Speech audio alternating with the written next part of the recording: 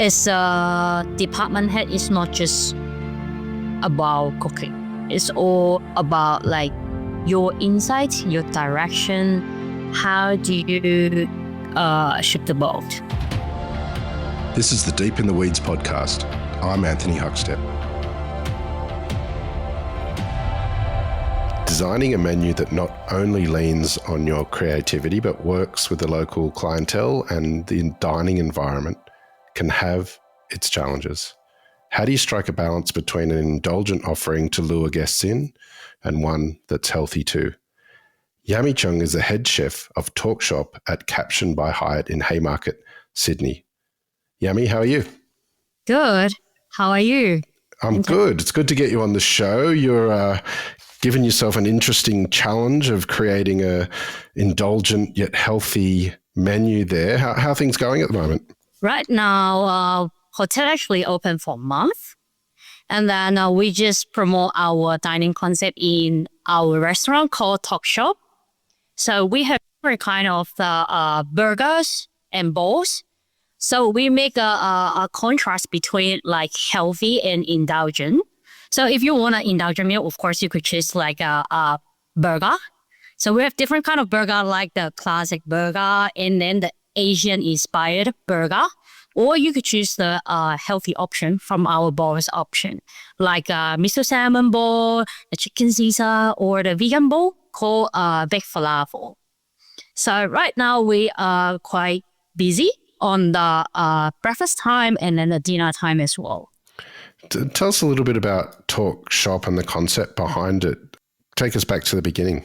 So for the Talk Shop, it's not just the place for our in-house guests. So it's the place for everyone in the city. So our main core concept for our hotel is like bring the community alive. So we want to support our community. So that's the reason why from my menu, we also support the local farmer and then support the sustainability. That's why we could see so many like different kind of Sydney-based supply for the food. Like we support the local bakery called Sonoma, which is well-known premium brand in here. We use the Australian beef, of course, and we support all the free-range pork and then the sustainable salmon in here. So we want a different generation to feel our contribution to environment and to our community. Being a restaurant in a hotel, is it hard getting that balance right to please the guests that are staying there and become part of the community as well? I think it's not the difficult part because for our hotel, we always put people at the first. We want to like see what they need and then we provide our service to the customer. Like probably because our clientele mainly like Gen Z and millennial. That's the reason why all the design and then the food menu design is much more target to those demographic. So that's the reason why I don't think it's like really hard for catering all the needs from different customer, because all we need to do is listen, and then we just do by their request. So this is what hospitality we always believe in. What's it been like for you creating this menu? Are there some real standouts that are your favorites you can tell us about? So, but when I think about creating this menu, I always want to promote. So first of all, I need to talk about a little bit of my background. So I am a chef from Hong Kong. I think there is a similarity between Hong Kong and Sydney because we are the same of the multicultural city. And that's the reason why when I create this menu, I want to get different cuisine in the burger concept. And you could see we have a Japanese cuisine in here. We have the Hong Kongese cuisine in here and Chinese and all those Asian cuisine, but presented in a Western way. So when I back to creations, so our core concept from Hyatt Group, we always promote burger and bowls. So how I put my concept in here is just like bring out my culture and my personality into this menu. So this is how I create my own menu for the talk shop. And talk shop and Caption by Sydney is the first caption in this region. Is there one or two dishes that you can tell us about that really exemplifies what you sort of were just talking about? Yep. So I have a very strong foundation between like Asian cuisine and Western cuisine. And also because of my family background, because my grandma is actually a chef. We have a secret recipe so one of my breakfast items is actually from my grandma. So it's wonton noodle. So it's a kind of like a mama style wonton soup. That's the reason why I want to bring it and show the world and pass on my family legacy to here. Because we've been using this recipe for 50 years since my grandma as a chef. Yeah. And then my grandma taught my mom and my mom actually taught me, but we would cook together still. But unfortunately, my grandma is not here. So I really want to like show the world how my grandma cooks. And it will be the original recipe from grandma. And also what I said, because it's from Hong Kong. So Hong Kong, we have like so many Michelin star restaurant and then have so many good chefs from all around the world. So I learned lots of experience from different chefs. And that's the reason why when I create one burger called Phra Pao, it's a Thai flavor burger. So it will combine like the Eastern flavor and then the Western flavor inside the burger. So when you bite it, it's actually how you eat the Phra Pao, but without the rice, and change it to the burger buns. And you won't have the Pao burger from somewhere else. So it's only like exclusive in our hotels. Fascinated to hear more about your grandmother being a chef. Take us back to Hong Kong to when you were young. What sort of role did food play in your family? Do you have any stories of that period of time? So actually, my grandma is from China. And then because of the war between like England and Japan, so actually they moved to Hong Kong. Back to 1970 something. I don't remember exactly the years when my grandma moved to Hong Kong. And then she just rooted in Hong Kong. She worked as a cook because by that time she's not well educated. So it's easier to get the job from kitchen. She started from like kind of kitchen hand job, just washing the dishes. And then after all, kind of like a promoted because they're also running out like short of stuff. And then they will ask the ladies who know how to do the home cooking to become a chef. And she became like a professional one. Not like famous chef, like celebrity chef, but it's like a very like good support for her kitchen. And it's kind of like a dumpling shop. So but by that time, she create different kind of flavor of the wonton, or you guys call it dumpling. And then she just passed on the legacy because my mom is not a very good cook. But for wonton, it's easy to make because because we need to save the leftover. So when we do the leftover, like let's say a little tiny bit of the veggie, you can make the filling easily. It's all about the flavor inside. So you could use like pork means, beef means, or chicken means to make everything for the filling. So it's easy to learn, but it's really hard to catch those flavor inside from the others except my grandma. So that's why she decided to write the recipe for us. And then my mom just passed it on to me. And this is like a kind of like a treasure in my family. Yeah. So when I have those wonton, it always recall my like the kids memory. Because we make the wonton together and then we cook together and then we dine in together and then we chat. But just sadly, yes. I really miss my grandma. Yeah. Hong Kong is such an amazing city. Tell us about the culinary scene there and your favorite things about the food growing up in Hong Kong as a city. When I think about Hong Kong, it's always like street food because like when people come up with Hong Kong, they would think about egg waffle, they would think about fishbowl or siu mai because it's all related to my teenage life. Because we always like hang out, we don't dine in the restaurant at all as a teenager, and then we just go for street food. Was your grandmother influential in you deciding to become a chef? How did you come to that conclusion that that would be a good career? At the very beginning, I didn't plan to be a chef at a very young age because I studied science when I was in high school. I want to be a chemist because I really love the chem and biology. But sadly, because I have a bad grade in physics, I can't get into the university that I want to study those subjects. And that's why I quit my university. And then I turned up with my mind to work in hospitality, this industry, as a bartender at the very beginning.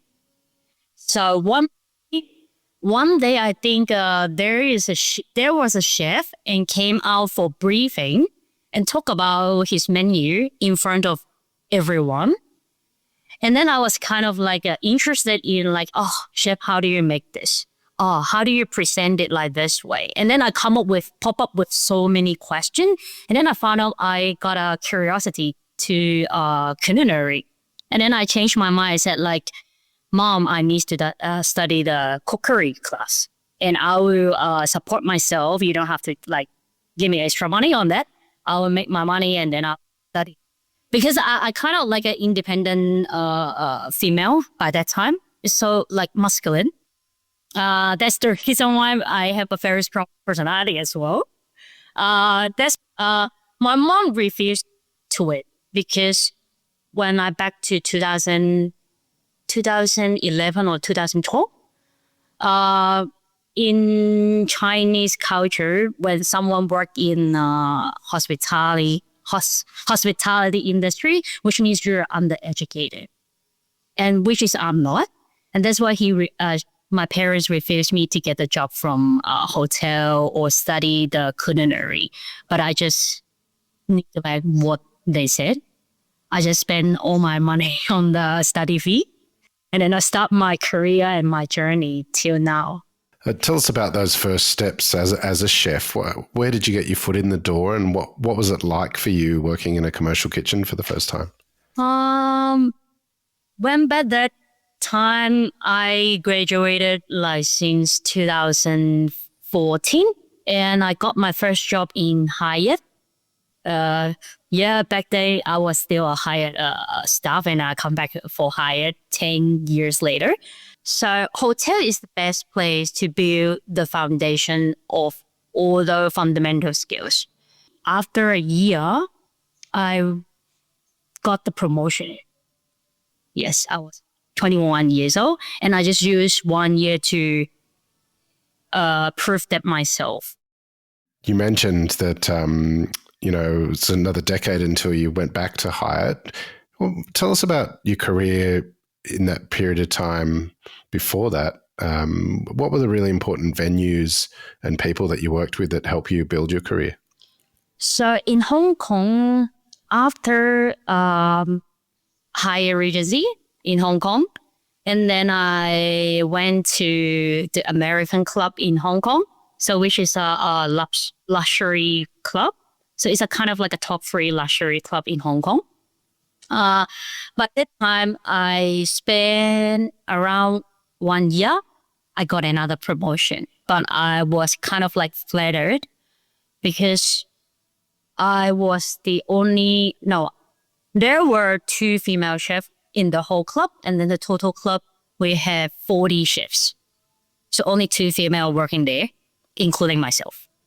I was back then is a demi chef. Suddenly one day, my executive chef like informed me like, oh, Yammi, I'm going to promote you to be my chef de partie in the steakhouse. So my club actually got three different kind of restaurant. So one is the casual dining, one for banqueting, and then one for the steakhouse. So steakhouse is the top one in that club. And then I was like refused to take the offer. Because every time when I come up with a challenge, first feeling is denial. Because I don't believe that I did that position or deserve the offer. And I refused one time. And then my executive chef said, I trust myself and you're gonna be the best CDP in the steakhouse. I know you don't have the cooking skill in Huck kitchen, but I believe that you will pick up very fast. And then the sous chef there kind of disagree what executive chef decision, and they discuss about like for 3 months about my promotion. Back then, they had to promote me. I think for the first month, it's really, really tough because I have no clue how to cook the steak. And every day we need to cook at least 100 steak within 3 hours. And it's really a suffering for me by that time because I cried a lot and then all the frustration like in my head and I can't get away with that. And I said like, you know what, chef, I want to quit my job because I'm not the best candidate that you look for and I don't want to make the bowl sink because I am kind of like a leader for the whole restaurant because everyone needs to look up to me and then listen to me, follow my flow because steak is the main character and everyone needs to listen to the grill. And I don't think I'm able to do that.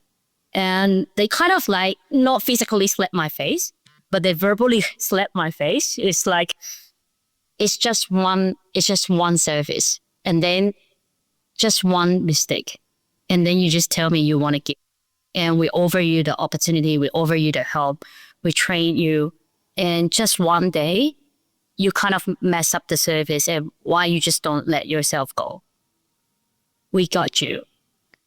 And then I said like, okay, I'll stay a little bit longer. Turns out I'm okay. I was okay. I don't know how every time when I got struggle, I survived. But those struggling time, it killing me softly. But it is not a short period of time. Just like maybe somebody lives the same. Every time you suffer, you want to turn away. You know that there is a brick wall in front of you and you don't know how to like break it through. But because of my sous chef, they helped me a lot. Because I have 2 sous chefs by that time. So they do like training with all the service through the whole month with me. Just guide me like, oh, okay, this is my style. Okay, I will teach you that way. And this is my style. I'll teach you that way. So they let me to learn from both ways and then become my own weapon. And that's why I'm still using kind of like coaching method to my team.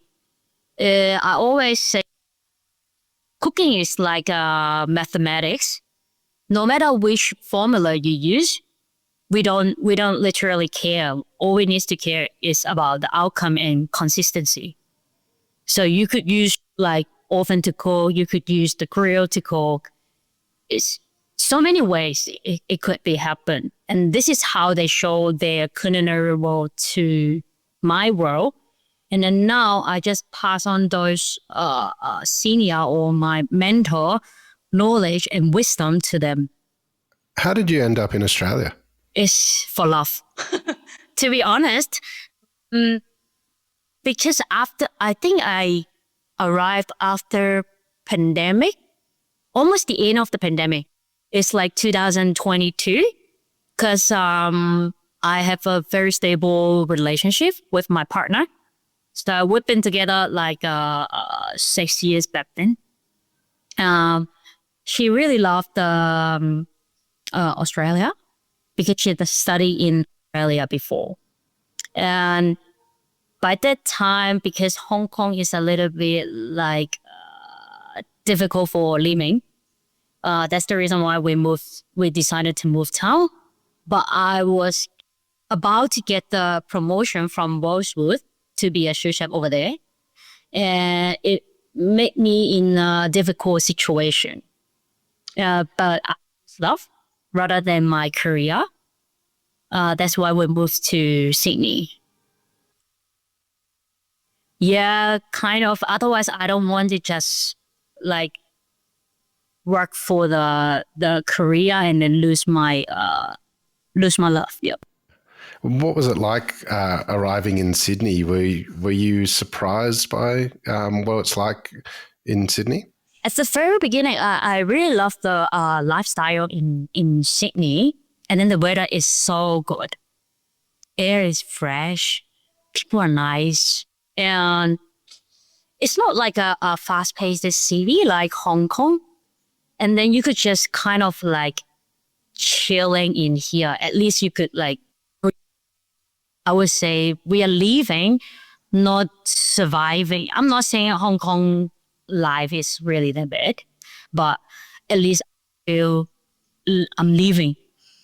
I could breathe in. Not every time I need to push myself to the limit. Of course, cost of living is pretty similar in Hong Kong, but at least I have kind of a work-life balance in here. I could enjoy some time with my partner, with my friend. Back then to Hong Kong, because we work for long hour, at least like 10 o'clock to 10 o'clock in Hong Kong. Yeah. So here I could still like spend time with my friend. So I love being here. That's the reason why. Yep. Tell us about your role at the moment. How do you get the best out of your staff now that you're running the kitchen? Right now, because actually this is my first time to be the department head. So when I think back the interview with my general manager called Timara, she asked my question like, what is your leadership style? I was like saying coaching and affiliated because I'm kind of like a soft person through the whole career life. And I told her like, I want to learn something from you and see if I could twist a little bit for my leadership style. And for my team, we have like a little bit difficult time at the very beginning for the hotel trial run. It's a little bit side story for the audience. So I was change my personality entirely. I want to be kind of like a Gordon Ramsay chef. And that's why I give like very high standard because I really want this business to be successful and I hunger for it. And then I try to negate all the comment and then all the voices around me. I just want to get it done, my job. Because I want everyone to see how much effort we put, how much contribution we have. And then I forget people is the matter. And that's why there was one day my second in charge actually cried out. It's kind of like a mentally breakdown. And then I feel really, really bad and apologize because we confront with each other. And then after having like a deep conversation between me and her, and we work it out because I believe how Hong Kong elite system. So if you're not okay, you have to be eliminated. This is what deep inside from myself for the past. And then I listened to my team and then I found out this is not the right way to approach people. And now they like, I really appreciate Gen Z because their generation is much more like they have a very strong awareness about self-care and well-being. And I need to like work on that part as well because I want to resonate with them. I want to work with them. At the end of the day, they will take my place and pass on the legacy. And I want to like see what they see and feel what they feel.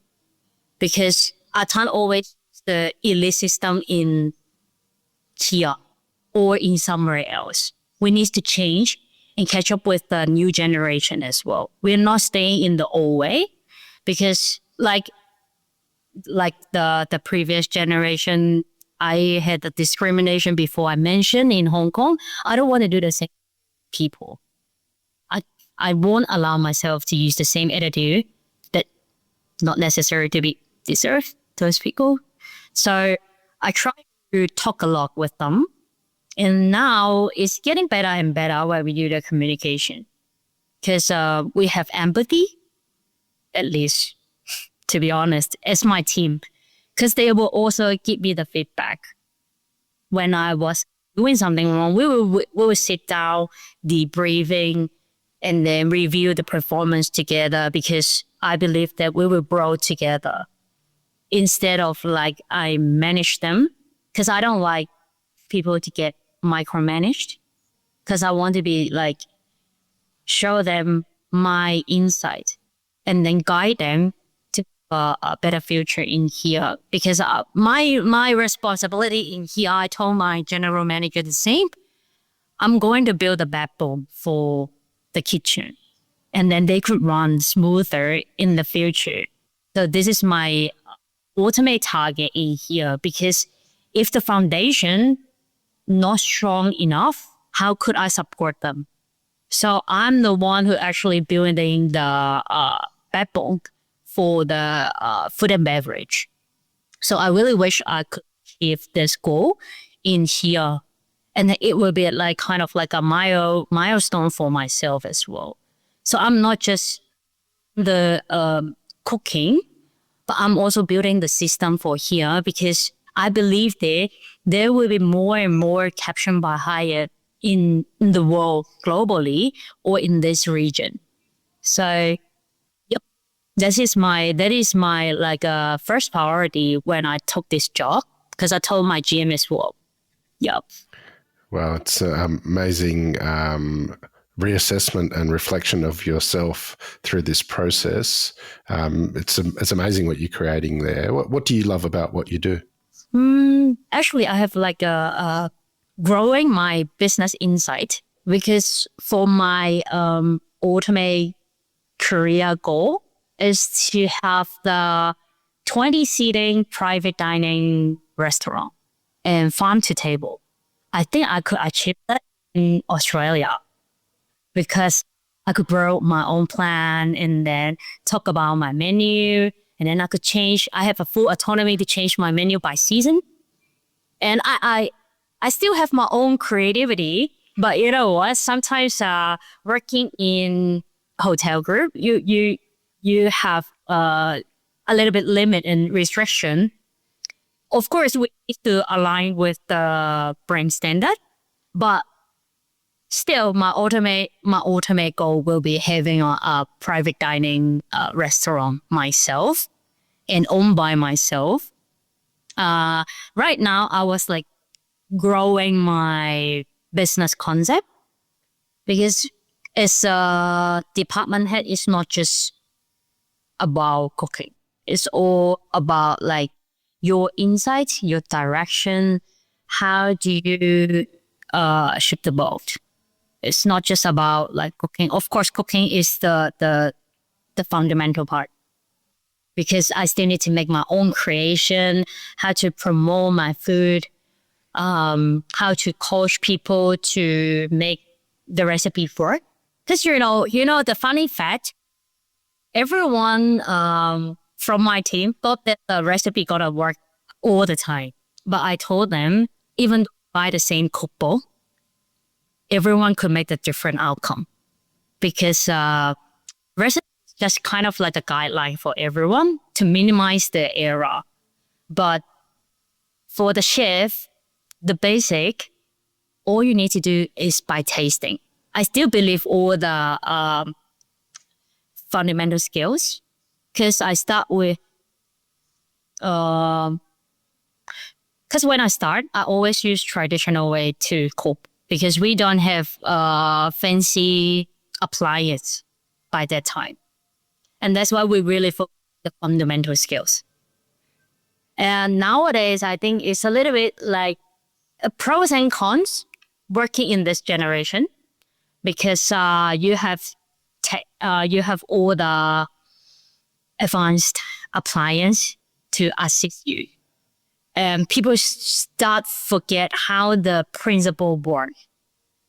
And I always told my team, you need to learn the foundation, and then you're allowed to use the appliance. Because if you don't know the principle, how to make the sauce, then even I give you the appliance, how do you actually conduct your job? You don't. Because you don't understand the principle. Because every time when I learn, I need to understand the principle. Even though for my building up my business concept, I also look into the detail. Just like how to do the profit and loss. I need to understand what is the numbers behind.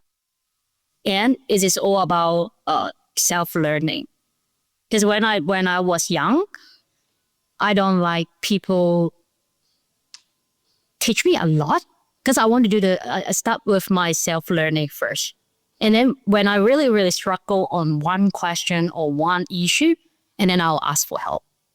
And that's why I said, like, I am kind of very independent woman, because first I won't ask for help. But now, after 10 years, I changed my mindset, because I know that teamwork is really important, and I always ask for help and show them as well. So it's kind of like a win-win situation for me, myself to learn, and for my team to learn. Well, Yammi, it's amazing what you're doing there, and an honour to have you on Deep in the Weeds to hear just a part of your story. Please keep in touch, and we'll catch up again soon. Yep. All good. Bye. This is the Deep in the Weeds podcast. I'm Anthony Huckstep. Stay tuned as we take a deep dive into the lives of the incredible people who ply their trade in the food and hospitality sector. Special thanks to executive producer Rob Locke for making this all happen. Follow us on Instagram at Deep in the Weeds Podcast, or email us at podcast@deepintheweeds.com.au. Thanks to executive producer Rob Locke for making this all happen. Stay safe and be well.